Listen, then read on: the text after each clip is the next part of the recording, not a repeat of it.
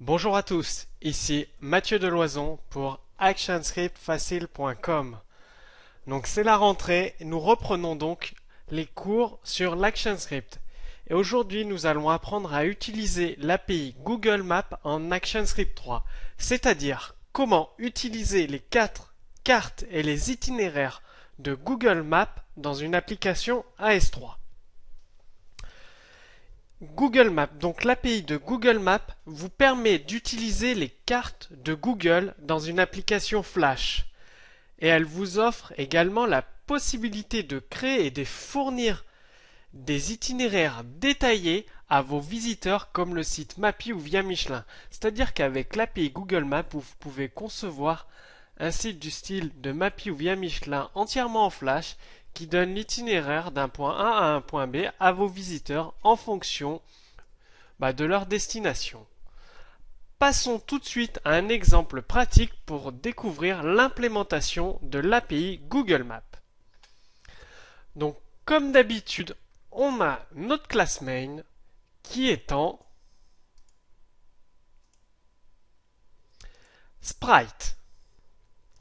Donc, très important, pour utiliser l'API Google Maps, vous avez besoin d'une clé API qui est à récupérer à cette adresse-là. Donc c'est gratuit, vous donnez l'URL de votre site web sur laquelle vous allez utiliser cette application Flash et vous aurez une clé API qui vous permettra d'utiliser toutes les fonctionnalités de Google Maps. Donc on attend la fin de l'initialisation de la scène et on va commencer par préparer notre UI. Donc nos UI, on crée une nouvelle map, on lui assigne notre clé API, détection de la position via un GPS, donc ici en flash sur les smartphones, ça peut vous être très utile, ici on n'en a pas besoin. On définit la taille de la carte et des écouteurs, donc quand la map est prête et quand la map est initialisée, donc c'est-à-dire que comme je vous le disais, map préinitialise, une fois que cet événement est diffusé, ça vous permet d'initialiser certaines informations dans votre carte ou des options. Et bien évidemment, nous ajoutons l'objet map sur la scène. Donc, on map init, initialisation de la carte, qu'est-ce que nous faisons? Nous, on crée un nouvel objet map option avec un niveau de zoom à 14, vous pouvez le changer évidemment, libre à vous, et on lui donne latitude, longitude, donc c'est moi j'ai choisi la ville de La Turballe parce que j'aime bien. Ça permet de lui spécifier l'endroit où la carte doit se centrer lors de son affichage pour la première fois. Ensuite, on lui donne le type de carte que l'on souhaite voir par défaut, donc vous avez plusieurs types de cartes. Moi j'ai choisi la carte normale et on initialise la carte avec ses options. Passons à l'événement une fois que la carte est prête. Donc là, la carte est prête. Elle s'affiche sur votre écran. Elle a été chargée. Vous pouvez bien évidemment changer la ville en respécifiant des nouvelles coordonnées latitude, longitude, le niveau de zoom et le type de carte. Là, moi j'affiche une petite infobulle qui se centre sur la carte avec le titre et le contenu que vous pouvez bien évidemment changer ou enlever, et je désactive certains contrôles de la carte et j'en active d'autres. Donc j'ajoute les contrôles de position et de choix de type de carte. Par contre, je désactive les contrôles de zoom que je vais implémenter d'une autre manière avec des boutons du framework AS3 Facile. Et là, c'est pour vous montrer que vous pouvez ajouter des sortes de stickers, des marqueurs sur votre carte. Donc là, j'en ajoute 10 aléatoirement sur la carte. Et là, il y a un petit timer qui, si on regarde timed fonction, pour voir ce qu'il fait, vous pourrez le réactiver. Il suffit de décommenter timer start. Ça déplace la carte sur des nouvelles latitudes et longitudes. Tout simplement. Ensuite, l'avantage d'utiliser l'API Google Maps, c'est que vous pouvez définir vos propres contrôles. C'est-à-dire de créer une carte aux couleurs de votre site avec les contrôles que vous souhaitez. Donc des boutons qui sont en harmonie avec le design, le graphisme de votre application web. Donc là, on définit un bouton zoom, zoom moins, zoom plus, qui appelle la fonction sur map, zoom in et zoom out. Regardons un petit peu l'objet map en détail et vous pourrez voir toutes les possibilités qui vous sont ouvertes par cet objet. Donc la clé, on peut changer la clé, la taille de la map, les options, etc., etc. Ensuite, que faisons-nous dans nos contrôles? On crée un texte, c'est pour créer un itinéraire, pour une sorte de petit via Michelin en flash en utilisant l'API Google. Donc c'est le texte qui va accueillir la ville de départ, créé à partir du composant UI Text Field du framework AS3 Facile qui est en téléchargement gratuit pour tous les abonnés à la newsletter ActionScript Facile. Le champ texte pour l'arrivée, la ville d'arrivée. Et le bouton qui permet de calculer l'itinéraire et de recentrer la carte sur l'itinéraire que vous souhaitez tout simplement. Et bon, moi j'ai choisi de l'afficher de cette façon, donc j'ai créé un bouton qui affiche étape par étape votre itinéraire de la ville de départ à la ville d'arrivée. Bien évidemment, vous pouvez faire comme Google Maps via Michelin, afficher l'ensemble des étapes les unes en dessous des autres. À la fin, vous avez la taille de votre trajet, enfin la durée totale de votre trajet et le nombre de kilomètres. Vous pouvez bien évidemment faire cela. Donc ça s'appelle onNextStep. Donc on a notre petit compteur du nombre d'étapes qui est à 0 et tant qu'on n'est pas arrivé à la dernière étape, eh bien on affiche toutes nos informations sur les étapes une par une. Ensuite, donc, nous avons un champ texte qui va afficher les étapes une par une, c'est-à-dire qu'à chaque fois qu'on va cliquer sur le bouton étape suivante, cela va nous afficher continuer tout droit sur cette route, sur telle route pendant 5 km, tourner à droite à la prochaine intersection, etc., etc. On ajoute tous nos éléments sur la scène.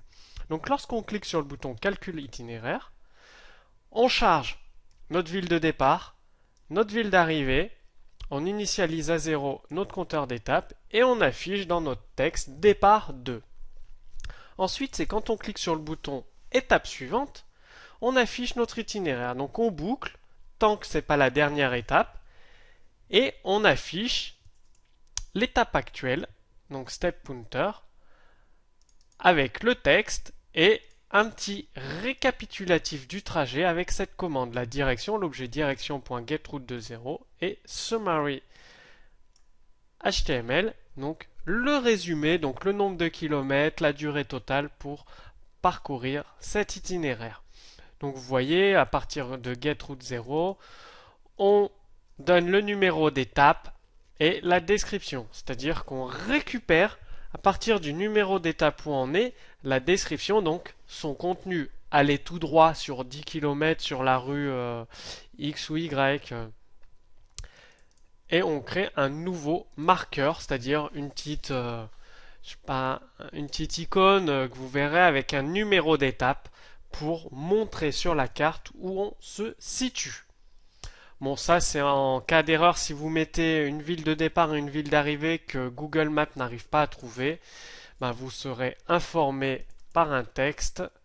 Erreur dans l'itinéraire, veuillez corriger les informations. Qu'est-ce qu'on a d'autre dans ce petit code? Alors, là c'est juste quelques options que je vous montre de l'API Google Maps. Il faut savoir qu'il y a beaucoup plus de possibilités. Vous pouvez créer un favori.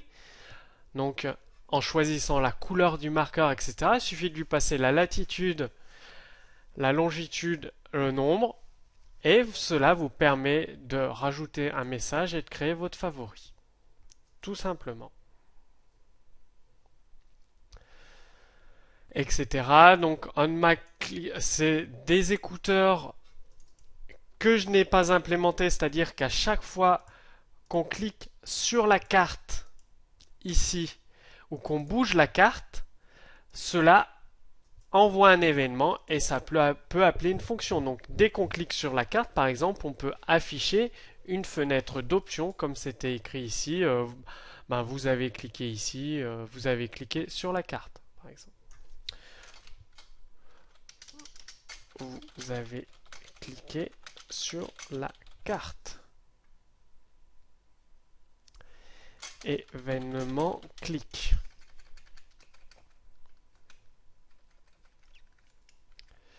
Là, c'est vous avez bougé la carte. Vous avez bougé la carte.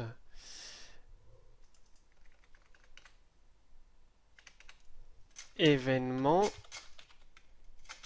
mouvement de la carte. C'est-à-dire que vous avez tout un tas d'événements que vous pouvez écouter sur l'objet map et en fonction des actions de l'utilisateur, vous faites un affichage où vous déplacez la carte. Ça vous offre la possibilité, donc je vais lancer la compilation et je vais vous montrer ce qu'on peut faire. Vous pouvez remplacer l'ensemble des contrôles de Google Maps par vos propres contrôles personnalisés. Regardons l'exemple du SWF généré, ce que ça donne comme résultat. Il nous suffit de patienter quelques temps. Je mets le débugger juste en dessous la carte au-dessus. Ça nous permet de voir le débugage, les messages de debug en même temps.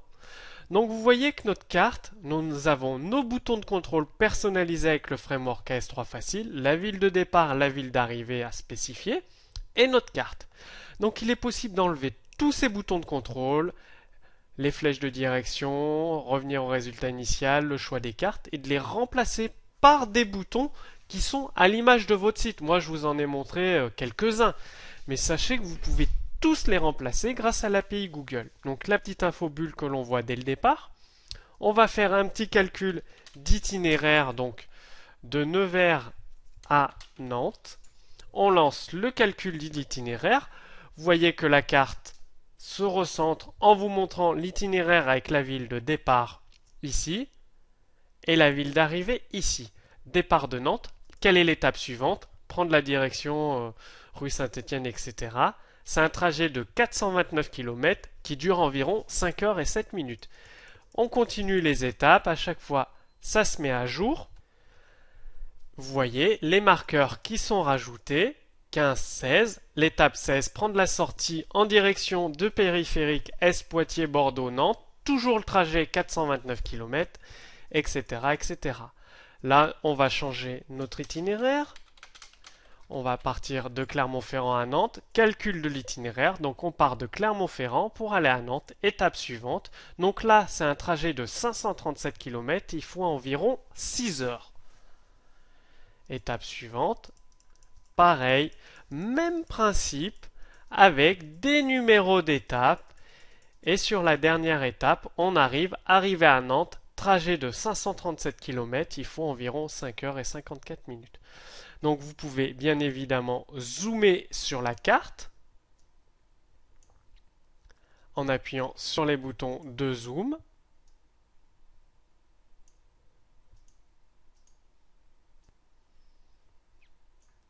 La carte se recharge automatiquement, faire des zooms arrière. Donc c'est vous qui voyez. L'avantage c'est qu'on peut zoomer vraiment au détail près, à la rue près. Évidemment, vous avez la carte satellite que vous pouvez afficher. Elle se charge, les deux, avec l'affichage des noms de rue, ce qui est très pratique, et on peut continuer à zoomer.